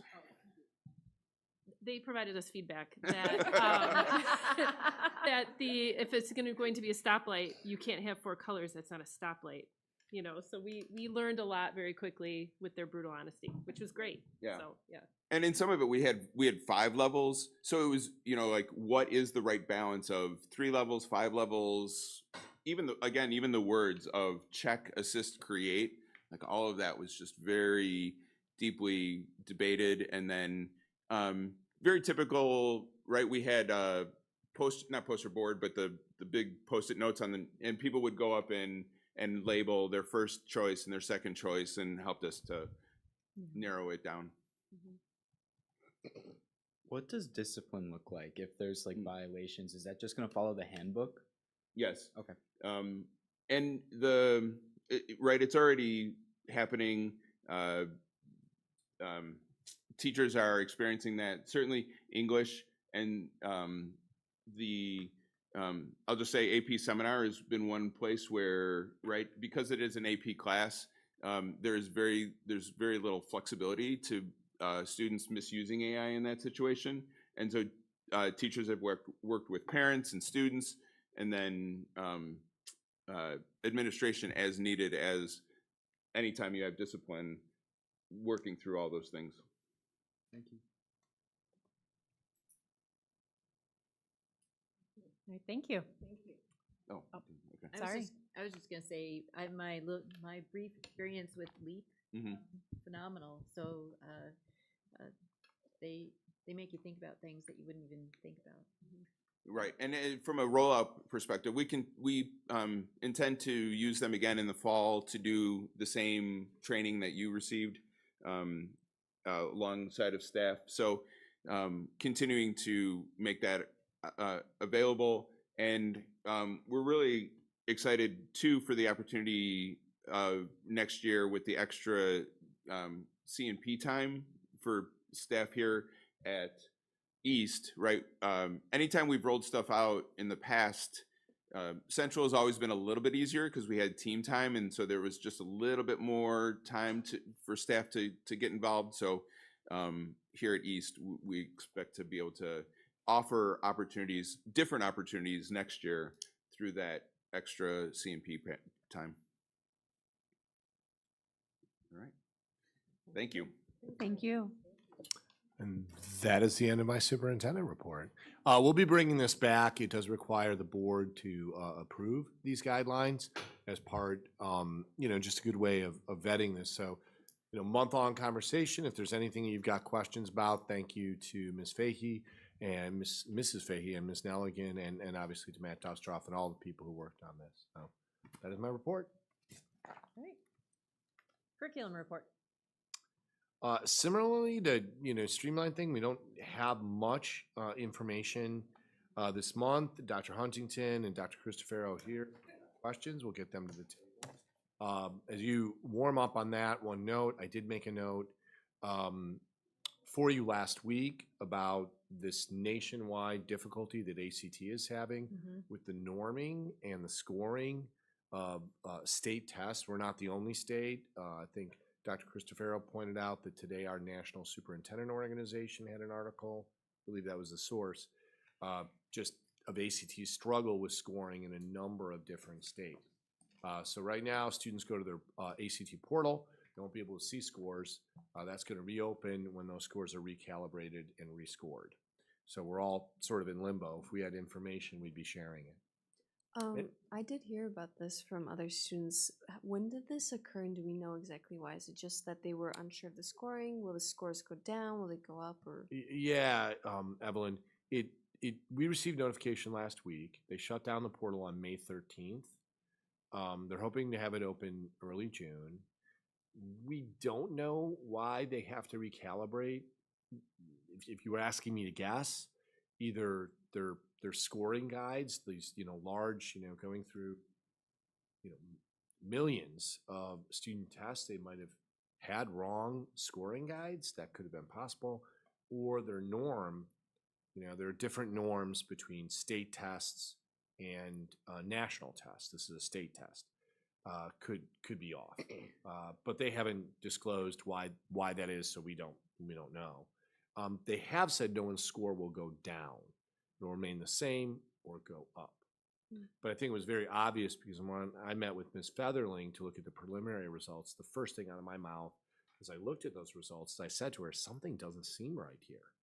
These scores don't seem right," and they weren't. So. Thank you.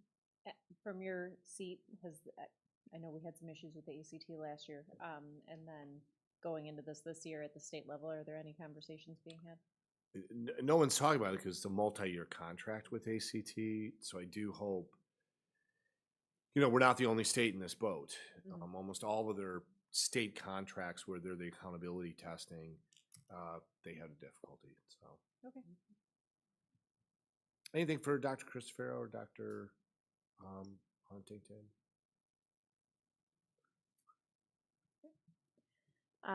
Principal report. We're happy to do the same. May, a lot to say in May, right? I don't know if you have questions or something. I think the main question is, are you two surviving? Yeah. Can you hold today's newspaper up for proof of life? Mayhem. Yes. Four more for our seniors. Yeah. And they're giving me the 4-cent signal. If we go to school all the days. Ooh, James. It's getting rough down. It's like 3 real ones and then like 1 2 hours later. So I guess like 3.5. I have considered taking my mental health days and just not. I'm kidding. Yes, those Ryan are excused, but not from making up work. So There's no work. okay. There's no. Ooh. Okay. For the information report, we have 2 overnight field trips. Take a look at those at your leisure, and then the facilities report. Yeah, I don't know if there's any questions for Mr. Ammer. I mentioned to you in your update, we've given our plumbing issue at East a rest. I think Mr. Ammer and his crew are worn out trying to figure out what indeed will dislodge whatever this is. I just keep on thinking of the 1950s movie, The Blob. So we're gonna take a break for a little bit. For now. For now. For now, everything is usable. Yes. Yes, Without thumbs up. getting too much into what can flow through. Right, okay, good. Let's just Good say news. that the jokes have abounded. You can insert your own, Sure. humor. All right. Up next, we have our consent agenda. Do I have a motion to approve the consent agenda items 12 through 13? So can I make a motion to remove 5 and 11 and vote on them separately? Sure. And Ms. Hayes, you actually don't have to motion it. A board request that it's pulled for separate consideration. So you don't need a vote support or Okay. So you can just take it off the consent agenda. Okay. So with the remaining consent agenda items, do I have a motion to approve consent agenda items 2, 3, 4, 6, 7, 8, 9, 10, 12, and 13 as presented? I'll make that motion. Okay. I'll second. All right. Roll call.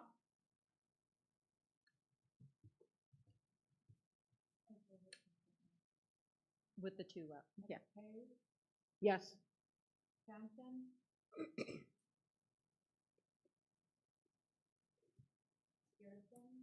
Yes. Yes. Yes. Yes. Okay, do I have a motion to approve agenda and item number 5? I'll make that motion. Second.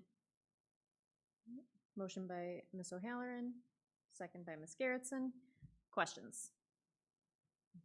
This is, oh, questions? Yes. All right, so appointments of summer school certified staff. There was a board member question Right. just about independent study, and just to clarify that for the public or for the board, that's a situation for students who, students with an IEP. They continue their work in the summer, about 8 to 10 students. They're finishing coursework via online, and Mr. Doug Chestnut's supervising all of them in the same parameters as other summer school classes. It's independent study because no two students, and these are our instructional program, are working on necessarily the same thing. Someone over here might be working on math, someone over here is finishing up a science class, social studies class. So Mr. Chesna is the instructor who helps them finish up that coursework with some extended time to finish it up. But that was one of your board member questions. Thank you. Okay. All right, roll call. Yes. Abstain. Yes. Yes. Yes. Okay, do I have a motion to approve item number 11 from the consent agenda? I'll make that motion. Okay, motion by Ms. Lopez Caneva. Do I have a second? Second. Motion by, or second by Ms. Garrettson. Okay, questions? Item number 11 is the approval of the English novels. So yes, I had a question regarding the novels, just on the, I understand that it goes through, like a committee, and we have people who are chosen to do, pick novels and stuff that's either more current or, new to the curriculum. Now, of course, it's, no secret that I've talked before I got on the board about our choices of novels. And what I have expressed in the past, I still have the same opinion on. I don't think that novels that are as dark as some novels can be. I know that one of the novels on this grouping involves sexual assault or the attempt of a sexual assault. If I was gonna really get on my pulpit, I would tell you, we have students, there's the saying, everyone's fighting a battle you know nothing about. And it's, I think, 1 in 9, under the age of 18, I'll call them children, have been sexually assaulted. So when you look at the numbers, we've got 3,500 students here. That's like, it's like 350 students in this school could have been assaulted, could be part of an attempt of sexual assault. We just hired 4 new social workers. I don't agree with that type of novel being chosen for our students. So Since these novels were presented last month, I had a chance to dive a little deeper into just more in depth into what kind of curriculum materials they were. And I have to agree with Tammy. I don't think that these type of this content is what should be taught in a school. I don't think that students should come to school and teachers should be, how did you phrase it? Be guiding them through reading this. This is not what a teacher should be guiding a student through.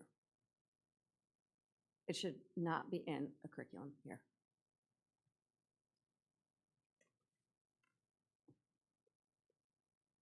Okay. Are there any additional questions? I don't know if there's any.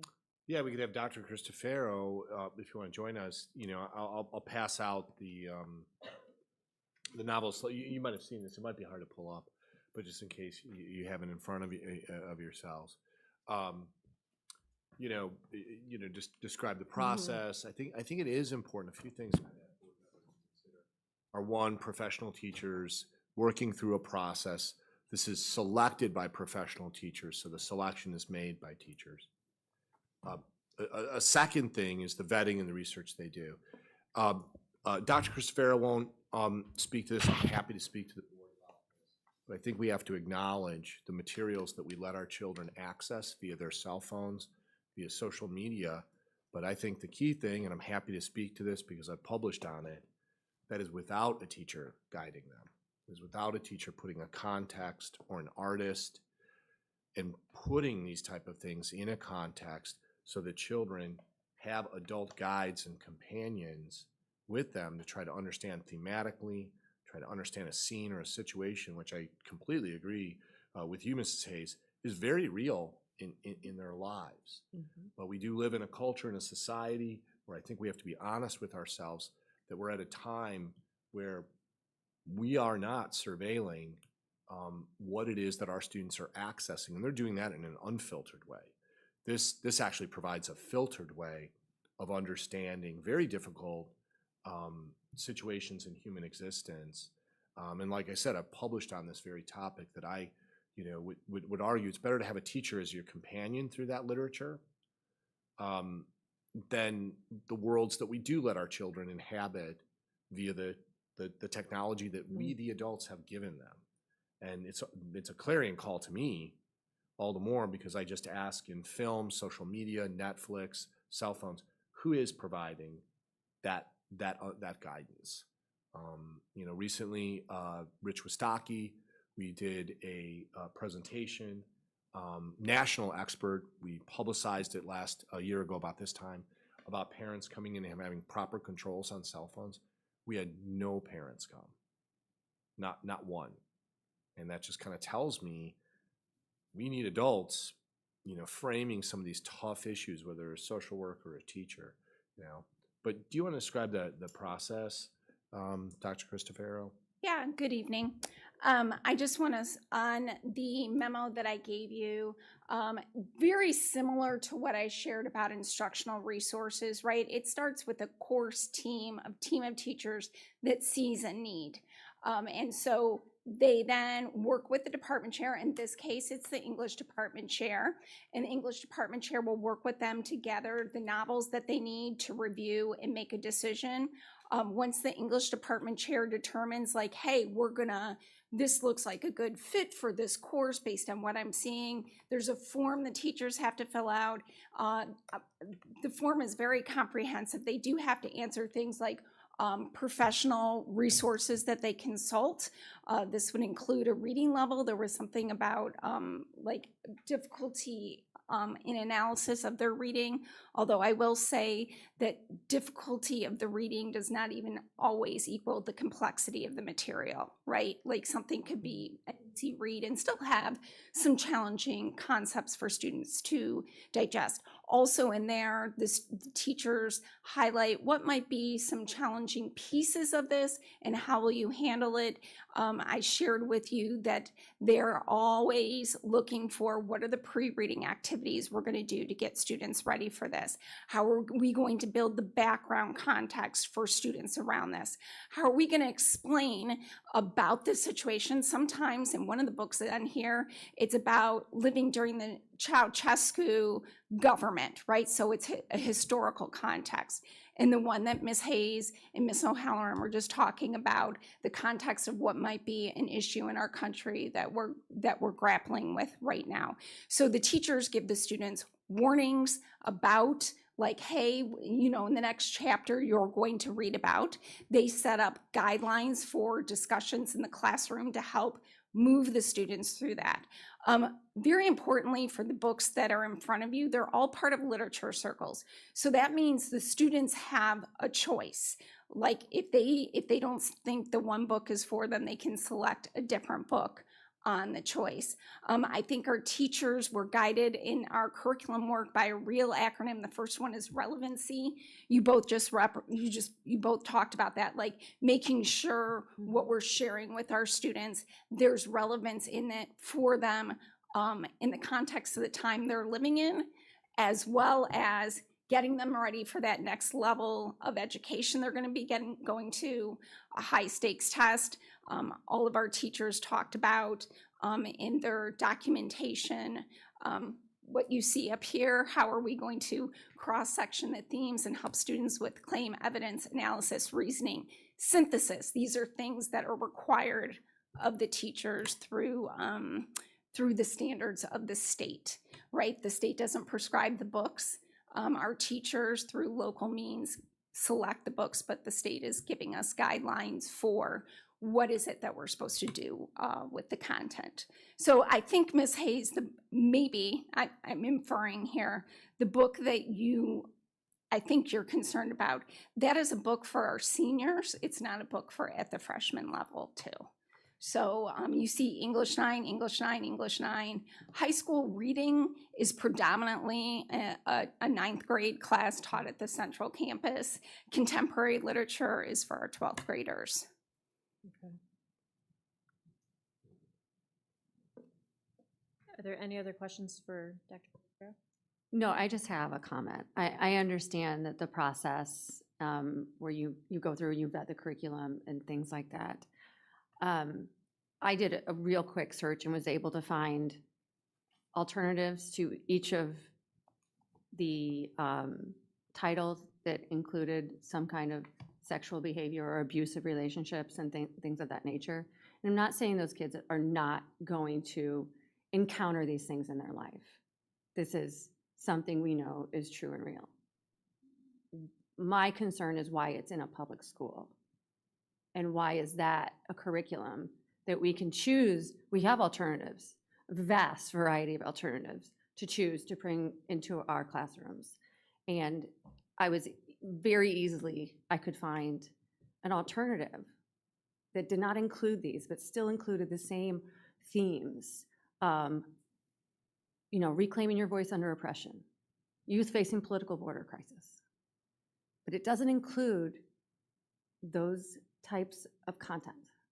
So I would love to see that moving forward, that we're looking at a broader perspective of how we can engage the students, how can we teach the students without bringing, as Dr. McBride said, things that they might be seeing unsupervised in certain areas. But our job as educators is to guide them to make good choices. And I think that is what is a little bit lost, and when you're bringing it into them in that manner.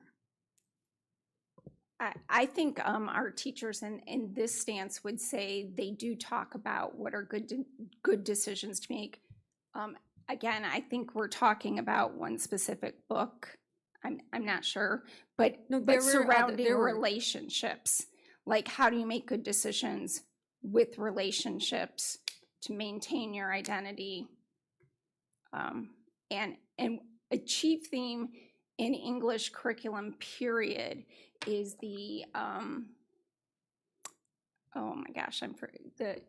the change of adolescence into Coming of adults. age. Yeah, coming of age is a primary novel, and I think I could go to the canon and say Romeo and Juliet, which probably all the board members read, but there's also some tough stuff in Romeo and Juliet too, right? Which is a staple of canons across the United States, ninth grade English, that it's taught. But I think it's taught in a space where, as Dr. McBride said, where adults in the classroom can provide parameters, give topics for good conversation to help students make good decisions. My only comment to that would be, and to Dr. McBride, as wonderful as an English teacher might be and could touch a child's life and be a source of inspiration for any kid, when you're talking about these types of, and I am talking about Where the Crawdads Sing. I have actually not read the book in total, and I have not seen the movie. Just from watching the trailers, I thought to myself, ooh, that's not a story I would like to see. It doesn't seem like it's going to be a lovely one. But my main concern is, and I hate to use the word trigger, but if you have a student, especially now, knowing it's a 12th grader even more probability that you're going to run into a student who has been put into a sexual assault situation. Not always, yes, we could live in a special vacuum where not a single person here has ever had to deal with that. Not one of our students has had to deal with that. I understand that. But I mean, again, when I was not on the board, and even my own daughter talked about it, she came here and she said, I had picked out a book from the library, had no idea that that was in there. When I got to that page, I was very upset. I was mad at myself. I do not think our teachers are qualified or certified or have the skills to talk a child through who either that has come to light that they didn't realize that was in their life, or that they're trying to go through without having all their classmates know. It's going to be very difficult for a child, because they're under the age of 18, it's considered a child in my mind. You know, they're in this school situation where they're now reading a book that they didn't realize was going to bring up this. And so I just don't think it's, as Miss O'Halloran said, there are other books. I just don't think it's, everybody has on their moral compass and on their heart what they think they need to do. And that's my discussion on it. I just wanted to reiterate that, yes, you guys did approve additional social work services, but we do have supportive measures in place for students. A lot of times, sometimes we learn of a trauma experience because they might read a book or get this information, and then we're able to provide wraparound services for those individual students. So we don't take it lightly. We know that all kids come in here with their own background knowledge and their own experiences. And we want to make sure that they're going to run into these materials, whether it's in an English class or in the library or on their phone. And so being able to support a student when we learn of a concern or an issue, many times we'll know about something in advance, and we know the curriculum, and the social workers will be proactive, working with teachers, coming up with an alternative title if so necessary or so warranted. Go ahead. No, go ahead. I was just going to reiterate that these are choices. So, and I think the teachers do a good job of doing something we call like a book talk, like telling the students, here's what this book's about, here's this book's about, here's what this book's about. We say it in here to you guys all the time, and I believe it to be true that our teachers are excellent at building relationships, and they build their classrooms around how can I provide the best learning experience for my students. And I think the teachers brought these forward, in conjunction in talking to students and seeing what's out there and what are in student hands that students want to read. And I think as you consider your vote, a few things, I think there's a few issues for you. You know, one, this process, you have a professional staff of English teachers. I think there is as we sit here not being in the classroom or not being teachers, there is a trust in their ability issue. And are they the best professionals to do the research? These are all titles from 1984 to Where the Crawdads Sing that are broadly accepted, well-researched as works of art that are being taught in schools across America right now. So how do we feel about the selections that our staff has made? I think board members have to decide, because you are deciding on teacher selection. Ultimately, that we feel they've done the research, they have the skills and the ability to teach. So I think you're also thinking about the process. I think you are raising seminal questions about student mental health. I don't want to put you on the spot, but we were in a conversation today where you were pressed by some CEOs and executives of a company that works on mental health. And you said, as students, some very eloquent things, why you would be most likely to talk to a friend, more likely to talk to a teacher, but then sometimes school counselors and social workers, that seems like a much bigger deal. And I think, we see over and over again that our students will trust that teacher relationship because it's day in, day out, as Mrs. O'Halloran knows, as Dr. Shaw knows, there is that rapport built. And then the final thing I do think is at issue is, to your point, Mrs. O'Halloran, the role of public school. I think you have to make a decision about the role of public school. I always ask this question.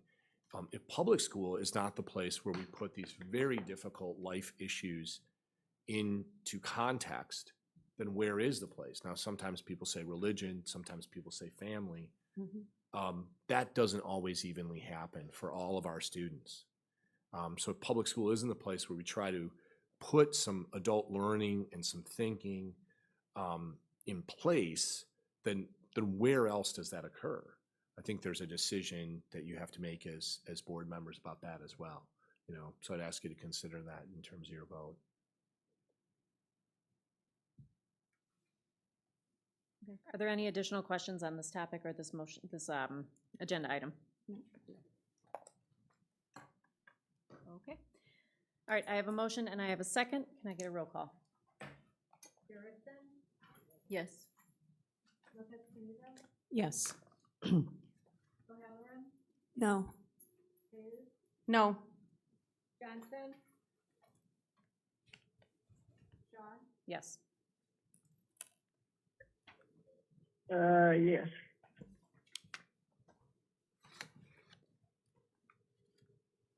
Okay, we are on to action considerations. So do I have a motion to approve the July 1st, 2026 to June 30th, 2029 Educational Support Staff Collective Bargaining Agreement? I'll make that motion. I'll second. Okay, motion by Ms. Lopez Caneva, second by Ms. O'Halloran. Roll call. Oh, sorry, any questions? No. Okay. Okay, roll call. Lopez Caniva? Yes. Hayes? Yes. O'Halloran? Yes. Johnson? Yes. Garrison? Yes. Shaw? Yes. Do I have a motion to approve the resolution providing for the issue of not to exceed 15,900,000 general obligation school bonds, Series 2026, for the purpose of altering and reconstructing school buildings and purchasing and installing equipment therein for fire prevention and safety, energy conservation, and school security purposes, providing for the levy of a direct annual tax sufficient to pay the principal and interest on said bonds, and authorizing the proposed sale of said bonds to the purchaser thereof. So moved. I can second that. Motion by Ms. Garrettson, second by Ms. Lopez Caneva. Any questions? I just want to thank the administrators for sitting down with us as board members in our small groups to go through all of the processes and the finances that go into this decision that we're making this evening. So, roll call. Johnson? Yes. O'Halloran? Yes. Lopez Caniva? Yes. Hayes? Yes. Garrison? Yes. Shaw? Yes. Do I have a motion to approve the part-time worker schedule for the 26-27 school year? I'll make the motion. Motion by Ms. Hayes. I can second that. Any questions? Roll call. Garrison? Yes. Lopez Caniva? Yes. O'Halloran? Yes. Hayes? Yes. Johnson? Yes. Shaw? Yes. Do I have a motion to approve the Cedar Road property easement request? I'll make that motion. Motion by Ms. O'Halloran, I can second it. second by Ms. Hayes. Was there a board member question on this one? There was a board member question. Just where did this cost come from? That you are in effect selling this property permanently, this little strip of property permanently to the village of Homer Glen. So where did $10,000 come? It basically came from their fair market analysis of the land there. So it's a very narrow strip that they're going to drop a pipe down underneath, but it is a permanent sale off the road of that strip of your land. Just a real quick, how far off the road is the, I mean, there's an easement on every piece of property. So even though, like my backyard backs up to 4 other people's backyards, I live at the end of a private road, there's still technically easement that belongs to the village. So I'm curious Yeah, of you've that. this is hopefully this diagram can help, and then Mr. Amer, if you want to chime in. Yeah, so it's a little bit hard to see in this document, but we currently own to the center of the road. That's not how things are done today, so we're dedicating that land back to the village. If we were to anybody were ever to build on that property, we would have to give that land back to them. They would take never it give us a anyway. permit Yes, without that's what I doing that. thought. So there's the road, there's the drainage area. That's kind of one thing, and so some of that land they're buying back from us, right, at fair market value. And then there's another thing happening here. So that's the first 50 feet to the left of that red line, and then to the right of that red line is another 50 feet that's a temporary easement that they need to actually install. So it's it goes to them for a year, and then it comes back to us just to make the installation of this pipe. Mhm. So the kind of quote unquote sale is in that 50 feet that again we couldn't retain at our next build if there was a building permit. Right. That's kind of what I took it as. Yeah, what you It were wasn't getting my at. question, but No, that's no, how I that's what you're understood getting it. at. Because if Yeah, it was yeah, it going makes to get sense. developed anyway, Mhm. you're going to have to allow assessments or easements anyway. The land So and the land under the road would have to be dedicated back. We don't want to own the road. yeah. mean, No, that's you the truth. don't. Trust me. Yeah, that was my only question.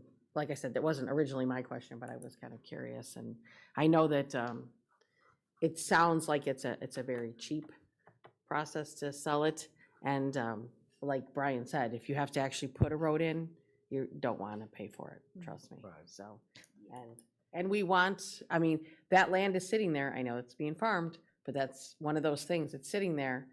It's just sitting there. So if that makes it future possibly more easily sold. I mean, there is two developed. future sanitary connections with the pipe. Right. So that does, lend itself to a building someday. Because that was always the worry with it. There's not even any drainage. We can't use it. There will be sanitary connections. Yeah, it'll make our property more valuable. Yeah. Yeah, and the benefit to you is, that's an unimproved Yeah. land, none of the utilities are in there and none of the sewer. If the city's doing this, the village is doing this project, excuse me, it just bodes well for however you move forward. You build something there, you sell that property, it's closer to being improved. And Perfect, then it yeah. increases its value, ultimately. Yep. Understood. Thank you. There was another board member question while we're at it, sharp eye, page 41, where we do pay a minimal amount of taxes on this property. You might be surprised by that, but we do. We pay property taxes on it. Okay, thank you. I have a motion and a second. Roll call. Yes. Yes. Yes.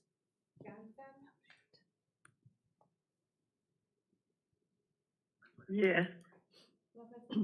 Yes. Yes. Okay, there are no policy updates this evening. Announcements. All right. Wow, the announcements are getting thin. Goodness. Already had the big show, choir concert. It was outstanding. I thought it was great. Senior Sunset, Dr. Johnson, Dr. Green trying to sort out because Senior Sunset looks, we're dealing with weather here in the spring. So they're thinking of alternatives if it can't be outside. Graduation 4 p.m. Like I said, we'll give you instructions about, if you're participating, when to be here. Just be sure you have your big placard. It really comes in handy and makes your life just a lot easier.